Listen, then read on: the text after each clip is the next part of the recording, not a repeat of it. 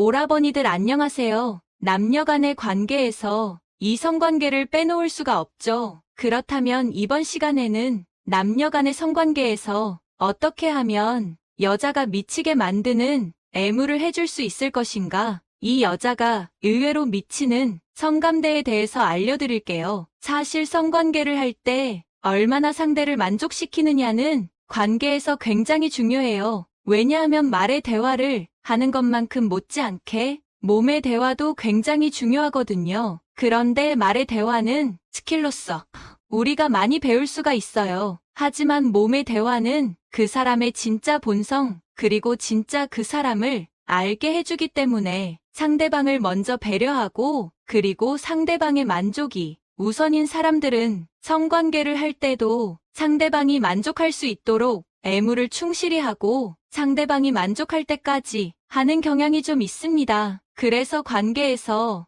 말의 대화, 몸의 대화 둘 다 중요하지만 사실 그 사람을 정말로 알고 싶으면 말의 대화도 굉장히 중요하지만 성관계에서 몸의 대화를 어떤 식으로 하고 있느냐, 얼마나 상대방을 위해서 노력하고 상대방이 만족하게끔 노력하는가를 보는 게 굉장히 중요해요. 만약에 상대방을 위해서 노력하지 않는다, 그러면 조금 이기적인 쪽에 속하겠죠. 그런데 상대방이 만족하는 것을 계속 확인하고 그리고 대화를 시도하고 그러면서 상대방을 만족시킬 때까지 노력하는 사람들, 그런 사람들은 상대방을 배려하는 그런 경향성이 좀 더 높다라고 볼 수가 있을 것 같아요. 남자하고 여자하고 이 성관계에서 만족을 하는 게 조금 다른데요. 남자가 삽입을 통해서 오르가즘을 느낄 확률이 92%지만 여자는 삽입을 통해서 오르가즘을 느끼는 확률이 42%밖에 되지 않아요. 그렇기 때문에 여자에게 무드가 중요하고 그리고 전이가 중요하고 그리고 어떻게 애무를 하느냐가 되게 중요하다라고 이야기를 많이 하거든요. 하지만 남성 역시도 본인의 본능에 충실하기 때문에 빨리 삽입하려고 노력을 하죠. 그래서 이 갭 차이 때문에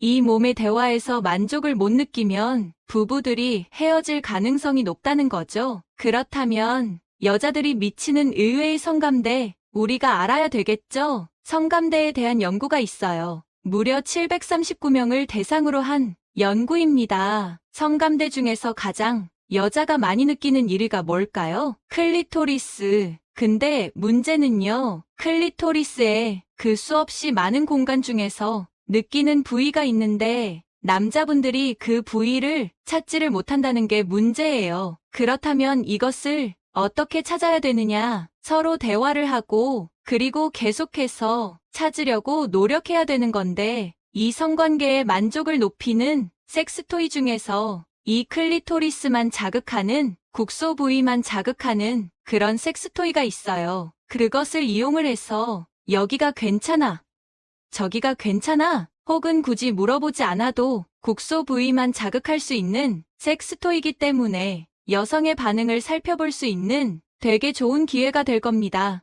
그래서 이 클리토리스라고 하더라도 클리토리스 전부가 이 사람에게 만족을 주느냐, 오르가즘을 주느냐가 아니라 그 중에서도 어느 부위가 그 사람에게 만족감을 준다. 그리고 또 그 부위가 계속 변화한다. 그러기 때문에 매번 찾으려는 노력이 필요할 수밖에 없겠죠. 목덜미. 사실 목덜미도 앞도 있고 옆도 있고 뒤도 있어요. 여자에 따라서 앞에서 느낀 사람, 옆에서 느낀 사람, 뒤에서 느낀 사람이 다르다라는 것. 클리토리스로 만족을 느끼는 점수가 92점이 나왔는데 목덜미가 75점이 나왔다는 건 굉장히 많은 사람들이 목에서 만족을 많이 느낀다라는 거거든요. 그래서 대충 하고 넘어갈 게 아니라 이 목 부위를 공략을 하는 것만으로도 사실은 반은 성공한다.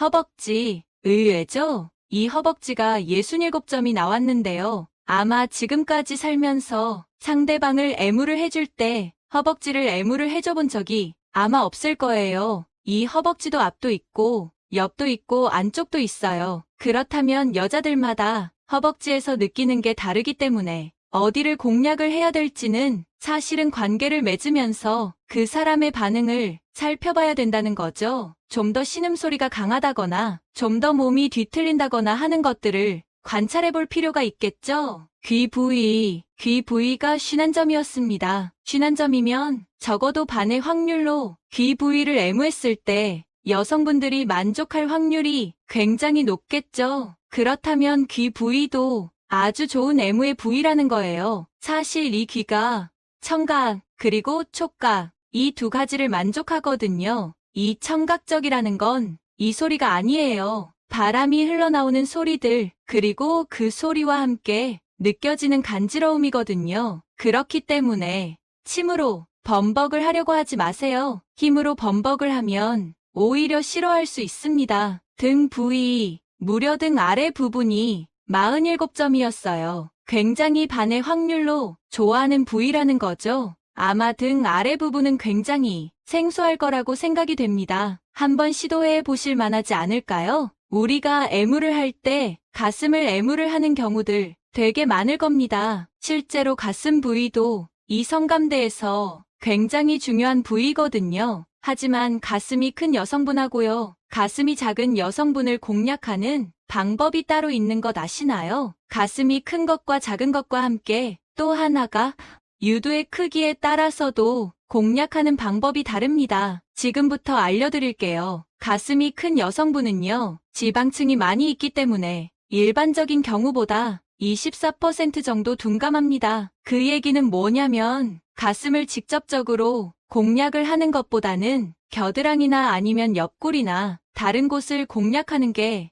훨씬 더 상대방을 자극하는 방법이란 뜻이에요. 그렇다면 가슴이 작은 여성분은 어떨까요? 오히려 지방층이 얇기 때문에 가슴 자체를 공략하는 게 훨씬 더 빠르게 성감대를 자극하는 방법이라는 거예요. 그렇다면 유두가 큰 사람이 있고 작은 사람이 있어요. 그렇다면 유두가 큰 여성분은 사실은 신경세포가 유두에 굉장히 많이 몰려있기 때문에 아주 강하게 애무를 하면요. 굉장히 아파합니다. 그래서 오히려 성에 대한 만족감이 떨어져요. 그래서 유두가 큰 사람은 좀 더 천천히 그리고 부드럽게 만져주거나 애무를 해주는 게 훨씬 상대방이 만족할 가능성이 높고 만족한다라는 건 느끼는 거고 느낀다라는 건 훨씬 더 오르가즘을 느끼게 될 확률이 높다라는 거죠. 유두가 작으신 분들이 있어요. 유두가 작은 분들은 오히려 유두가 아니라 유륜, 즉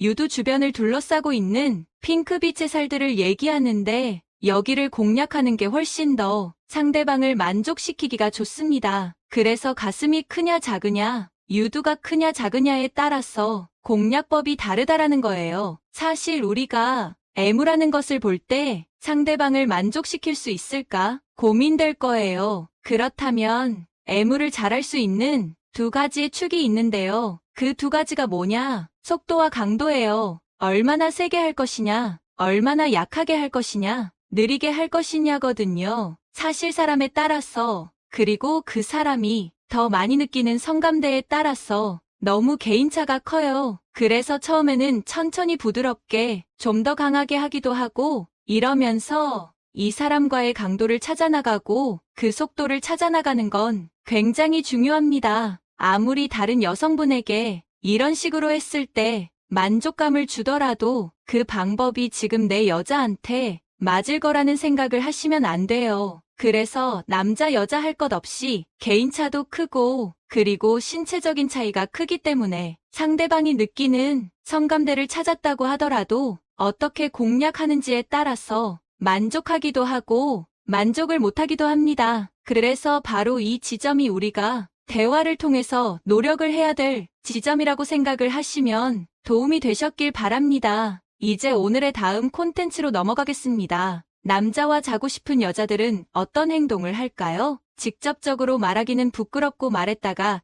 자신을 해프게 생각할까봐 여자들은 직접적으로 표현하기보다는 신호를 보내는 경우가 많습니다. 여자들은 관심 있는 남자와 자고 싶을 때 남자의 이곳을 만집니다. 내 애인이 자자고 보내는 신호 아직 모르신다면 영상을 끝까지 시청해주세요. 먼저 여성은 아무 남자에게나 터치를 하지 않습니다. 상대에게 관심이 없거나 싫어하는 유형의 사람이라면 기본적으로 터치를 하지 않죠. 싫어하는 사람에게는 접근하고 싶지 않고 손대고 싶지 않다는 여성의 심리가 무의식적으로 작용하기 때문입니다. 그렇기 때문에 신체를 터치해오는 여성은 어느 정도 당신에게 호감이 있다고 보시면 됩니다. 그러나 어디까지나 싫지 않다라는 메시지일 뿐 아직은 연애 감정의 터치인지 우정의 터치인지 모릅니다. 터치는 호감의 표시이기는 하나 어디를 터치했는지에 따라 더 발전하고 싶어 하는지 그저 친구로 생각하는지 알 수 있습니다. 그런다면 어디를 터치해야 호감이 있고 연애로 발전하고 싶은 것일까요?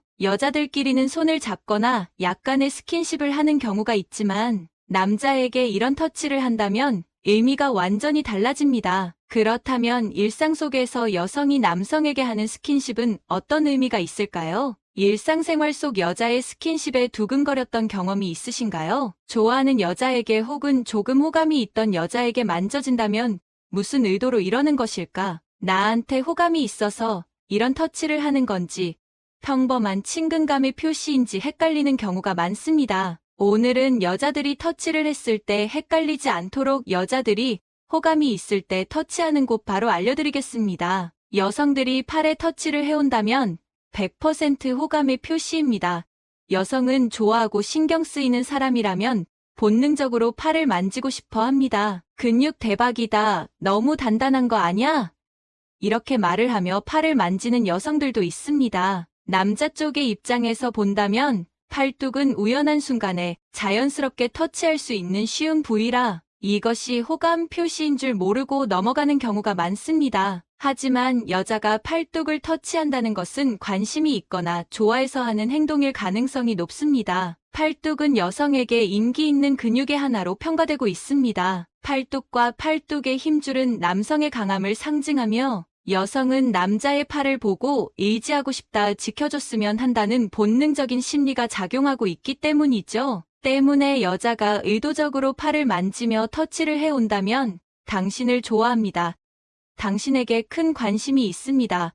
표현을 하고 있다고 생각하시면 됩니다. 팔을 만져온다면 여러분에게 큰 호감 표시를 보내고 있는 것입니다. 손은 높은 호감 수치를 가지고 있습니다. 호감이 있는 사람과 우연히 손이 스쳤을 때 찌릿한 감정이 느껴지는 경험을 모두가 한 번씩은 해보셨을 겁니다. 가끔 데이트 중에 만져지는 손은 당신과 더 가까워지고 싶다는 심리의 표현으로 당신을 이성으로 인식하고 있을 가능성이 높습니다. 손은 우연히 만져지는 것이 아니니까요. 손 크다, 울퉁불퉁 남자답다고 만져오는 여성은 당신에게 남성으로서의 매력을 느끼고 있다는 증거입니다. 여자들끼리 손을 잡으며 친밀감을 표현하기도 하지만 이성 친구 간에 손을 잡거나 하는 행동은 하지 않죠. 여자가 먼저 남성의 손을 잡아온다면 좋아하기 때문에 이런 행동을 한다고 보셔도 좋습니다. 특히 손을 꽉 잡는다면 여러분을 너무 좋아한다는 증거입니다. 말로 표현하는 것은 부끄럽기 때문에 손을 잡는 행위로 은근히 전하는 것이죠.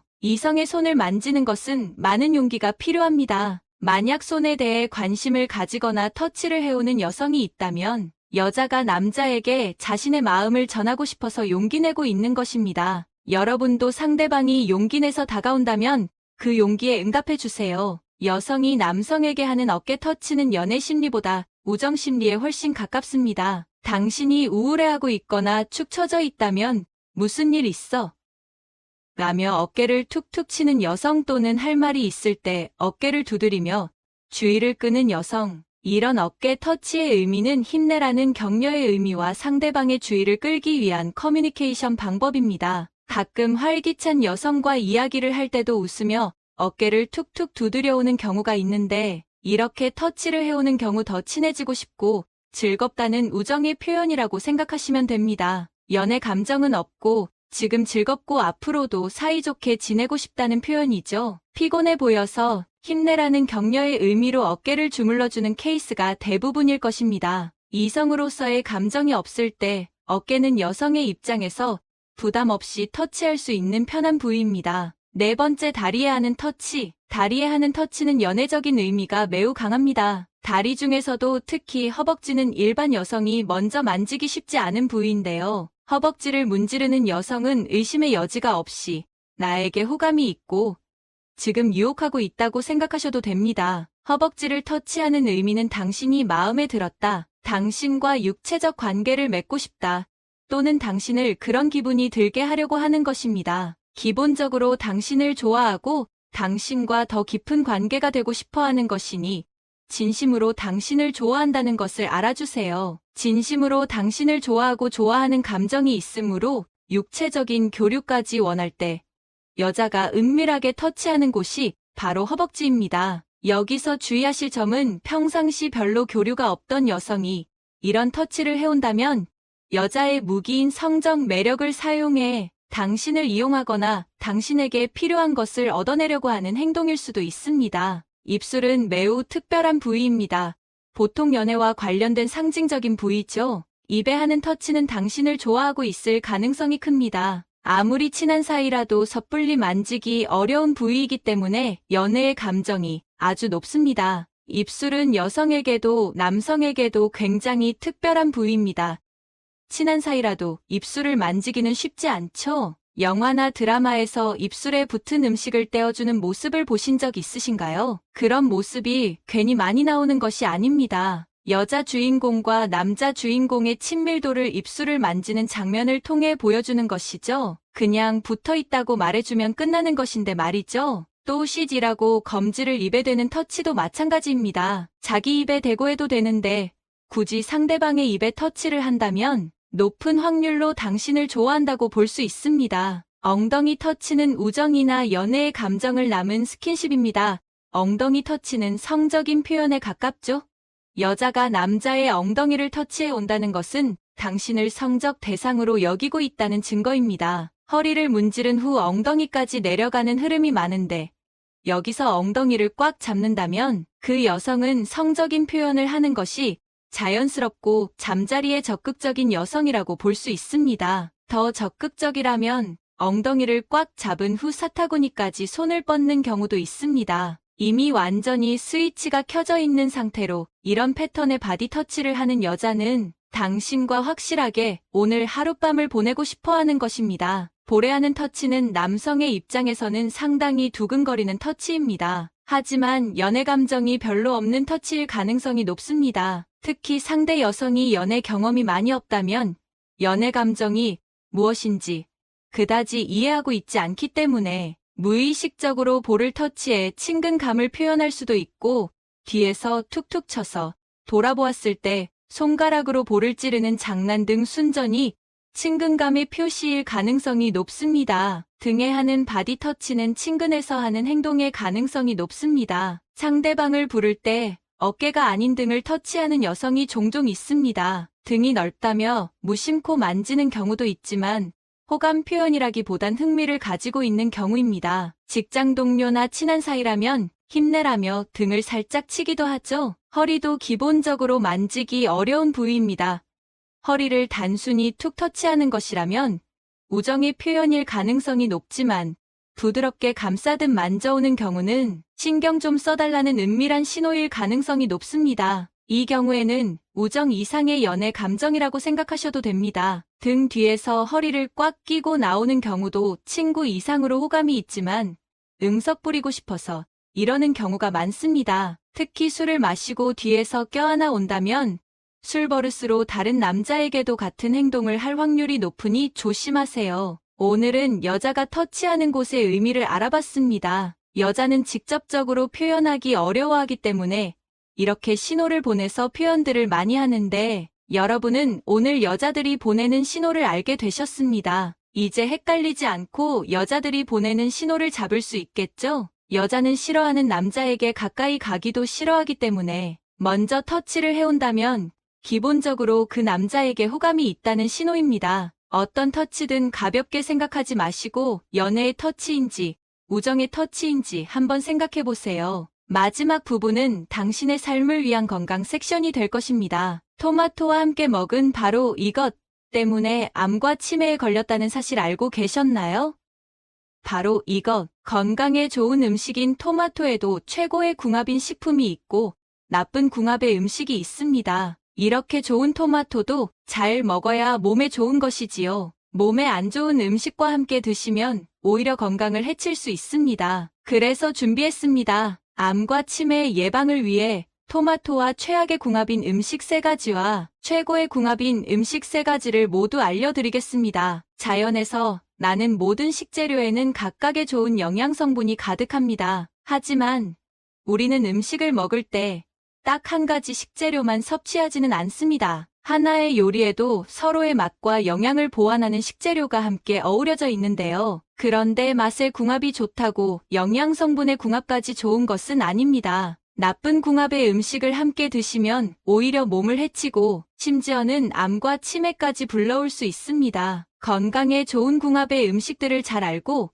섭취하는 것이 건강을 위한 최고의 습관입니다. 오늘의 주인공은 바로 타임즈지가 선정한 10대 슈퍼푸드, 기적의 토마토입니다. 토마토는 비타민C, 칼륨, 식이섬유 등의 영양소가 풍부하고 특히 라이코펜이라는 항산화 성분이 많이 들어있는 것으로 유명한데요. 토마토가 빨갛게 익으면 의사의 얼굴이 파랗게 질린다는 재미있는 속담이 있을 정도랍니다. 토마토를 먹으면 건강이 좋아져서 의사를 찾지 않는다는 것이지요. 그런데 여러분, 이렇게 건강에 좋은 토마토도 같이 먹으면 건강을 해치는 음식들이 있다는 사실 알고 계셨나요? 그럼 지금부터 토마토와 함께 드시면 암과 치매 예방에 나쁜 최악의 3가지와 우리의 수명을 건강하게 연장시킬 수 있는 최고의 음식 3가지를 함께 알아보겠습니다. 첫 번째로 토마토와 절대로 함께 드시면 안 되는 최악의 궁합은 바로 설탕입니다. 깜짝 놀라지 않으셨나요?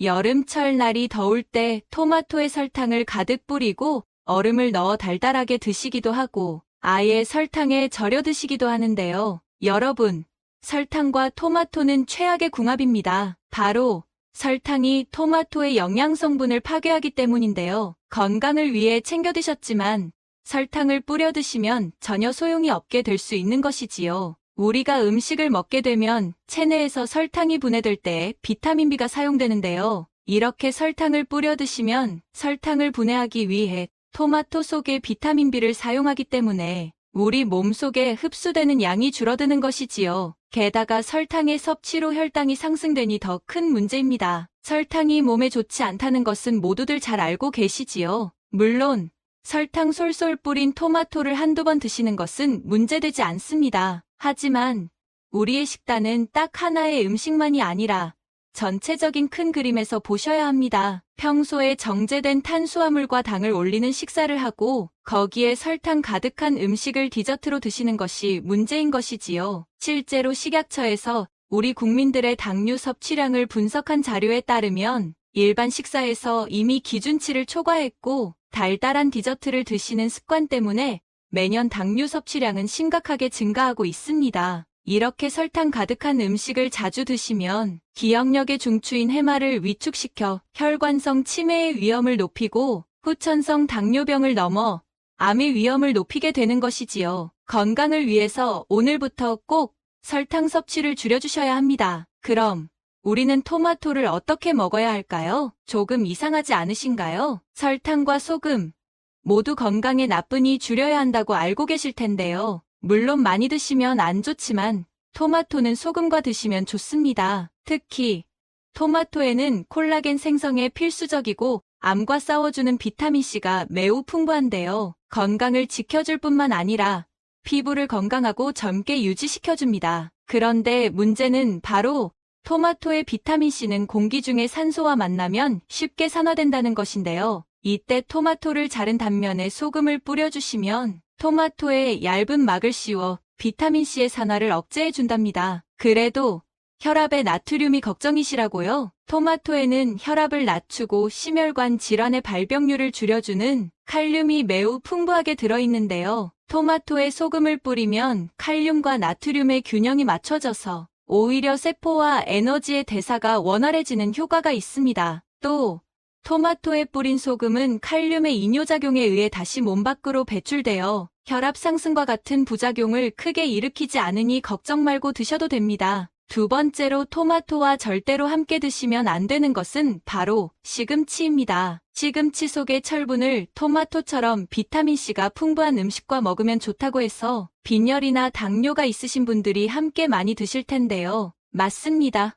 하지만 신장이 약하신 분들께는 특히 좋지 않은 궁합입니다. 문제는 바로 옥살산염, 수산염 때문입니다. 토마토는 체내에 칼슘을 축적시키기 때문에 옥살산염이라는 물질이 풍부하게 들어있는데요. 그런데 사실 옥살산염 하면 가장 유명한 식품이 바로 시금치입니다. 이름은 잘 몰라도 시금치는 반드시 끓는 물에 데쳐서 드셔야 한다는 것은 잘 알고 계실 텐데요. 옥살산염이 혈액 속의 칼슘과 결합하면 작고 뾰족한 결정 모양으로 체내에 쌓여 결석을 만들게 됩니다. 근육통, 근력 저하는 물론 신장결석과 신장암을 유발하게 되지요. 이 옥살산염은 데치거나 끓여주시면 효과적으로 제거해 주실 수 있으니 신장이 약한 분들은 꼭 토마토와 시금치를 끓는 물에 데치거나 익혀서 드셔야 합니다. 그런데 여기서 집중! 토마토와 시금치를 같이 드시면 안 되는 더 큰 이유가 있습니다. 바로 시금치 속의 철분이 토마토의 라이코펜의 섭취를 방해하기 때문입니다. 토마토가 슈퍼푸드로 손꼽히는 이유가 바로 이 라이코펜 성분 때문인데요. 강력한 항산화제로 몸속의 산화 스트레스와 염증을 줄여 암을 예방하는 기적의 성분입니다. 연구에 따르면 라이코펜은 폐암, 전립선암, 유방암과 결장암 등 다양한 암의 예방에 엄청난 효과가 있었다고 합니다. 또한 혈관 건강에 좋아 동맥경화와 심혈관 질환 예방에 최고이지요. 그런데 실제 미국 의대 연구팀의 논문에 따르면 토마토를 시금치와 함께 드시면 이 기적의 성분인 라이코펜의 흡수율이 무려 절반으로 감소된다고 하니 앞으로는 토마토와 시금치를 함께 드시지 않는 것이 좋습니다. 사실 토마토는 계란, 육류, 두부와 같은 모든 단백질과 영양성분의 궁합이 정말 좋습니다. 토마토는 비타민, 베타카로틴, 라이코펜, 무기질 등 영양성분이 가득하지만 딱 하나, 단백질이 부족한데요. 이렇게 양질의 단백질과 함께 드시면 영양성분을 딱 보충해주지요. 그런데 그 중에서 특히 추천드리는 조합은 바로 육류입니다. 여기서 잠깐, 혹시 육류의 섭취가 몸에 나쁘다고 알고 계시는 분들 있으신가요? 절대 아닙니다. 나이가 들수록 꼭 고기는 챙겨 드셔야 합니다. 가장 큰 이유는 일단 단백질입니다. 단백질은 우리 몸의 구성 성분으로 세포와 근육, 효소, 호르몬의 주재료인데요. 그래서 단백질 섭취가 부족하면 잇몸도 내려앉고 머리카락도 빠지고 병과 싸우는 면역세포나 항체를 충분히 만들어내지 못하는 것입니다. 물론 콩과 두부도 훌륭한 단백질이지만 이러한 식물성 단백질은 함유된 필수 아미노산의 종류가 부족하거나 양도 적습니다. 또 육류와 같은 동물성 단백질은 식물성보다 훨씬 체내 흡수가 용이해서 나이가 들면서 소화 기능이 떨어질수록 더 챙겨 드셔야 하지요. 게다가 단백질은 몸의 근육뿐만 아니라 마음의 근육에도 작용하는데요. 고기 속의 트립토판은 행복 호르몬으로 알려진 세로토닌의 원료로 우울증과 마음 건강에도 최고입니다. 특히 돼지고기 속 풍부한 비타민 F는 뇌 기능을 활성화해서 치매를 예방합니다. 그런데 여기서 집중! 이렇게 좋은 육류 섭취에도 문제가 하나 있습니다. 우리 몸속의 체액은 알칼리성인데 육류는 산성이라는 것인데요. 오늘의 주인공, 토마토가 이 문제를 딱 해결합니다. 토마토는 대표적인 알칼리성 식품으로 산성인 육류와 함께 드시면 단백질의 소화를 크게 도와주고 위장의 부담을 줄여주니 최고의 궁합이지요. 게다가 토마토의 풍부한 섬유질이 소화 시스템을 규칙적으로 유지하고 변비를 예방해서 위장 건강을 지켜주니 찰떡 궁합이랍니다. 그럼 세 번째로 건강에 최악인 토마토 음식은 바로 가공식품인 토마토 케첩입니다. 케첩은 가장 쉽게 접할 수 있는 소스로 튀김이나 가공식품과 함께 곁들여 드시는데요. 이 음식들 자체도 문제지만 케첩도 큰 문제입니다. 케첩 한 스푼에는 설탕이 약 4 정도 들어있고 이는 시중에 파는 초콜릿 과자보다 더 많은 양입니다. 이뿐만이 아닙니다. 실제로 케첩의 영양성분을 살펴보면 액상과당, 소금, 합성착색료, 향신료 등 수많은 감미료와 식품 첨가물이 들어있습니다. 케첩이 다른 소스들에 비해 토마토가 들어있으니 건강하다고 알고 있는 분들도 계시는데요. 케첩 속의 토마토는 가공 과정과 각종 첨가물들로 인해 이미 영양성분이 모두 파괴된 상태랍니다. 토마토는 생으로 드실 때보다 익혀 드시면 체내 흡수율을 훨씬 높일 수 있는데요. 열을 가하면 토마토의 세포벽이 파괴되어 항산화 성분인 라이코펜이 쉽게 용해되기 때문이지요. 그런데 여기서 집중! 여기서 라이코펜의 체내 흡수율을 9배까지 높일 수 있는 엄청난 방법이 있습니다. 바로 토마토를 올리브 오일에 볶아주시는 것입니다. 라이코펜은 지용성 성분이라 기름과 함께 드시면 훨씬 좋은데요. 그 중에 오메가3가 많은 올리브유와 함께 드시는 것이 최고입니다. 올리브유 속의 불포화 지방산인 올레산은 몸에 해로운 LDL, 콜레스테롤을 연소시키고 산화를 막아 혈관과 심장을 보호하며 몸에 이로운 HDL, 콜레스테롤의 효율을 높여준답니다. 또한 올리브유의 항산화 성분인 폴리페놀이 토마토 속의 라이코펜과 함께 시너지 효과를 내니 최고의 항암 음식이 되는 것이지요. 토마토는 신기하게도 조리 방법에 따라 섭취할 수 있는 영양소가 다른데요. 토마토를 생으로 드시면 비타민C를 가득 섭취하실 수 있고 익혀서 드시면 항산화 성분인 라이코펜을 더 많이 섭취하실 수 있답니다. 그러니 생토마토 샐러드에 올리브유를 뿌려 드셔도 좋고 토마토를 익히실 때는 꼭 올리브유를 사용해 주셔야 합니다. 지금까지 토마토와 함께 드시면 최악의 궁합인 음식 3가지와 최고의 궁합인 음식 3가지를 모두 알아보았는데요. 마지막으로 함께 정리해 볼까요? 토마토는 설탕과 드시지 말고 대신 소금과 함께 드셔야 해요. 옥살산염이 많은 시금치와 드시기보다는 단백질 가득한 육류와 드시면 좋습니다. 그리고 토마토 케첩이 아니라 올리브유와 함께 드셔야 해요. 어떠신가요? 몸에 좋은 토마토 좋은 궁합의 음식과 함께 잘 조리해서 드셔서 여러분들의 건강을 지키셨으면 좋겠습니다. 긴 시간 함께 해주셔서 정말 감사합니다.